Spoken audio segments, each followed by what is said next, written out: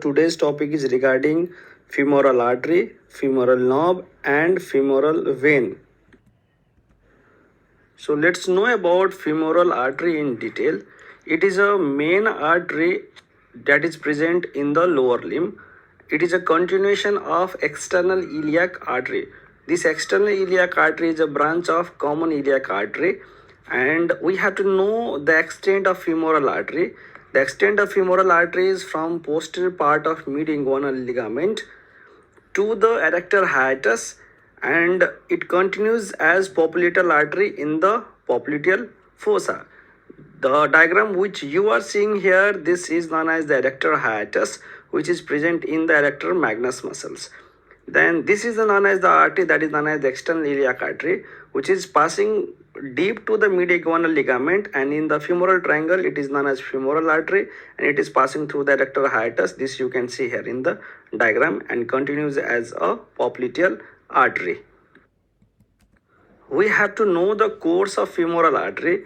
The course of the femoral artery is from the femoral triangle, then it will pass through the adductor canal, and it will pass through the adductor hiatus, which is present in the adductor magnus muscle.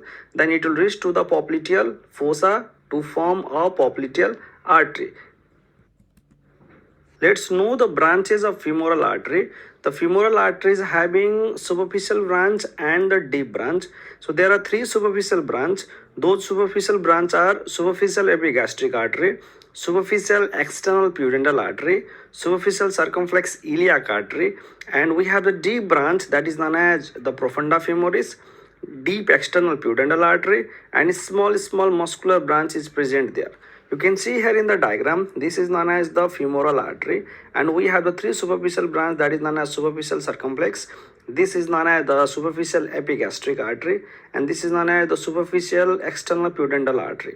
While these all are the deep branch that is known as the deep external pudendal artery, the huge branch that is known as profunda femoris artery, and we have small muscular branch of the femoral artery is present. Now where it is supplying, right? So we have superficial external pudendal artery, which is supplying to the external genital organ, superficial epigastric artery, which is supplying to the lower part of anterior abdominal wall. Then we have superficial circumflex iliac artery, which is supplying to the anterior abdominal wall. Deep external pudendal artery is supplying to the external genital areas, and we have this small muscular branch which is supplying to the muscles of thigh region.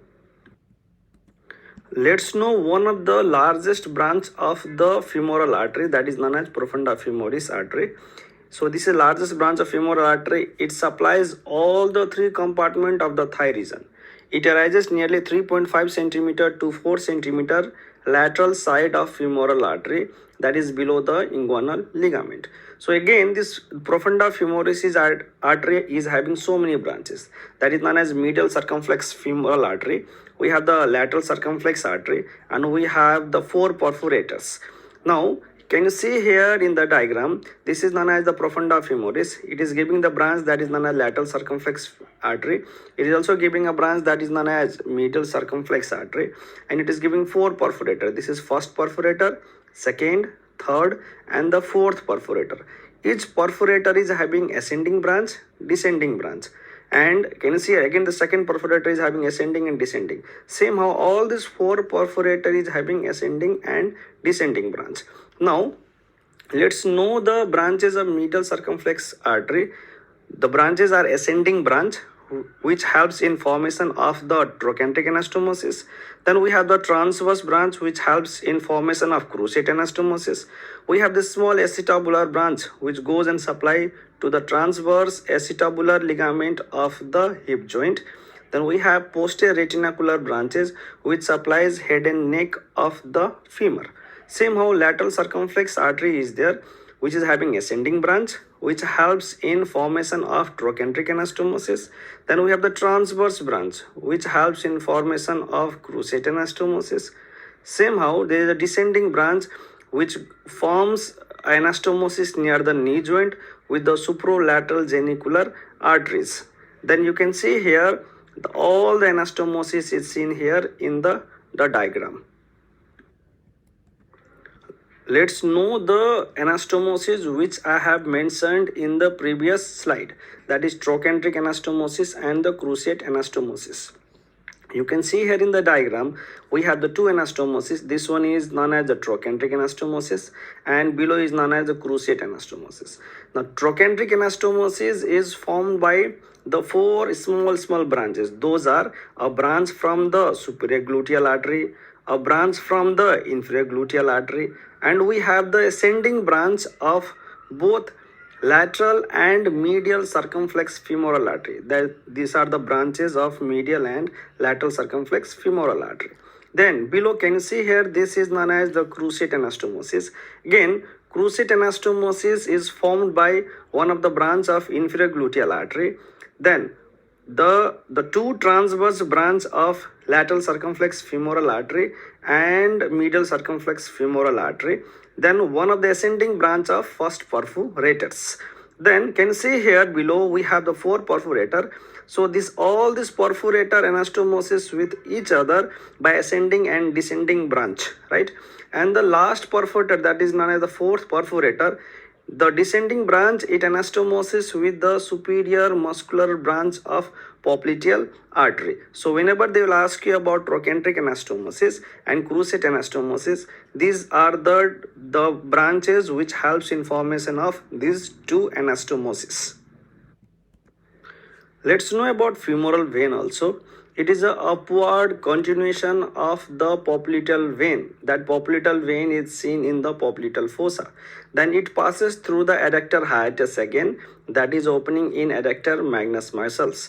It begins at the adductor hiatus, then it ascends in the canal that is known as adductor canal.